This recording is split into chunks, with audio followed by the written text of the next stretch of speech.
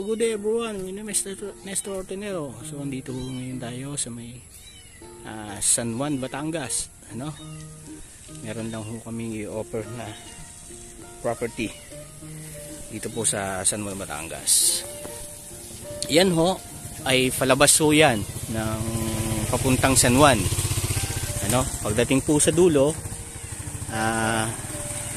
kakanan lang ho kayo.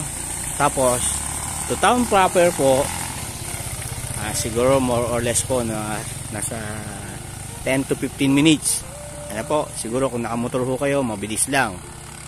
Ano, andyan na po, malapit na po yung barangay dyan.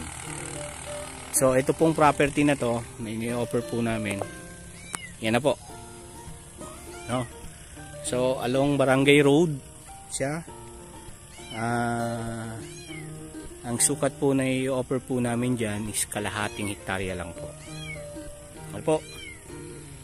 So yan. So hanggang dun lang po, kalahating hektarya.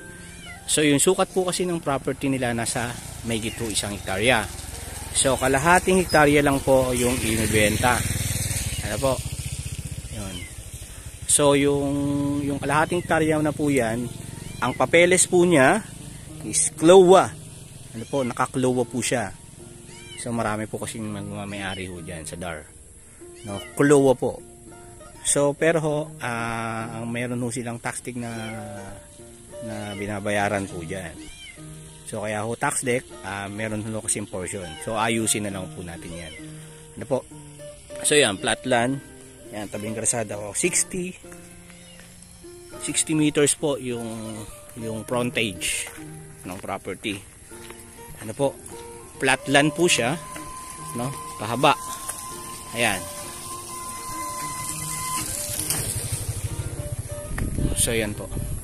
Hanggang dun po. Ayan. No? So going to Laia, siguro po more or less po nasa mga kalahating oras lang po, nasa Laia na po kayo. So nasa mga resort na po kayo diyan. Ano? So yan, dito po tayo. Along Barangay Road. Ayan. Ayan. Pagka ano nyo ho, dito na ho kayo. Ayan. Dikit na ho. Papasok na lang ho kayo dito. Na ho. Dito po kasi sa lugar na to is puro CLOA. Ano? Sa lahat lang ho ng palaban. No? Baka sabihin kasi, ano yung papeles? Ano? So, at least so, sinasabi ko na ho sa inyo, nakalawa ho ito, naayos lang ho yung papeles. Ano? Ayan po. So, flat land. No? Tapos po, yung gilid ng kawayan na yan, meron pong sapa. Ano? Pero yung sapa ho, hindi naman ho malinis. Ano? Ayan po. So, flat land. No? Mula ho dun sa may bahay na yun, no? Hindi ho kasama yung bahay, parang kakat po tayo doon. Kakat po tayo ng kalahating hektarya papunta dyan. Ano? Yan, kasama po yung mga kawayan na yan. Maraming kawayan po. So yan. Dito po, meron pong kuryente. Yan, meron po silang babuyan.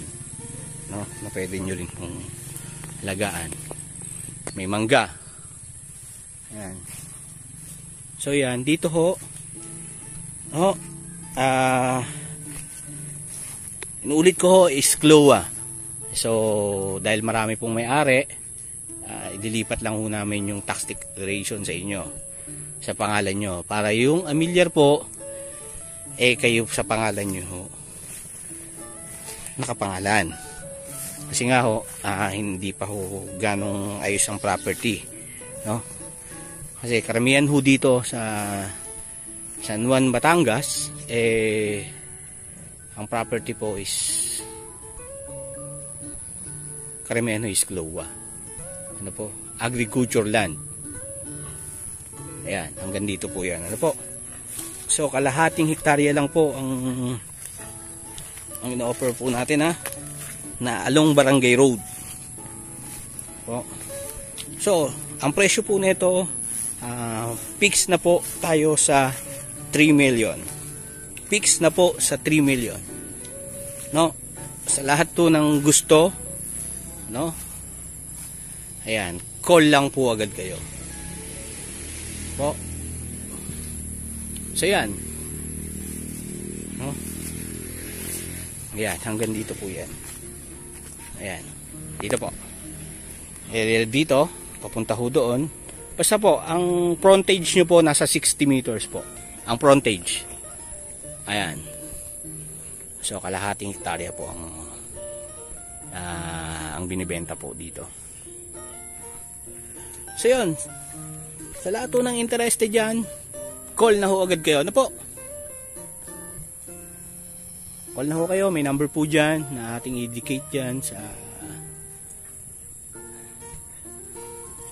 atin. Ito po.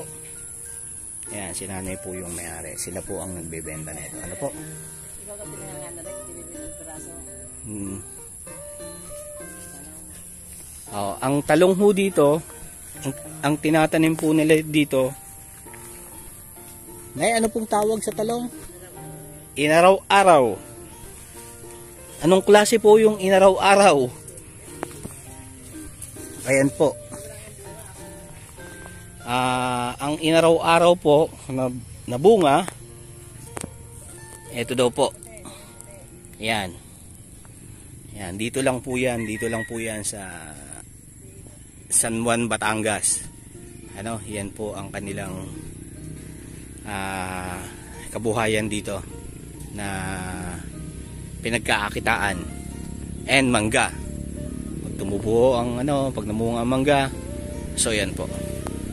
Ayan, katabi nyo rin naman po ang mismong may-ari ng lupa. Ayan. Ayan, si nanay nga ho nag-harvest. Kaya ho, wala ho kayong magiging problem kasi ang may-ari naman ho nandiyan. Ano? So yun, sa lahat ng interested dyan, call na po agad kayo. So po. So yun, thank you so much po. Watch my video and subscribe po, no? Huwag niyo pong kakalimutan mag-subscribe para lagi po kayong update sa ating mga vlog na bagong farmland na po. So yun, thank you so much po and God bless po. Thank you.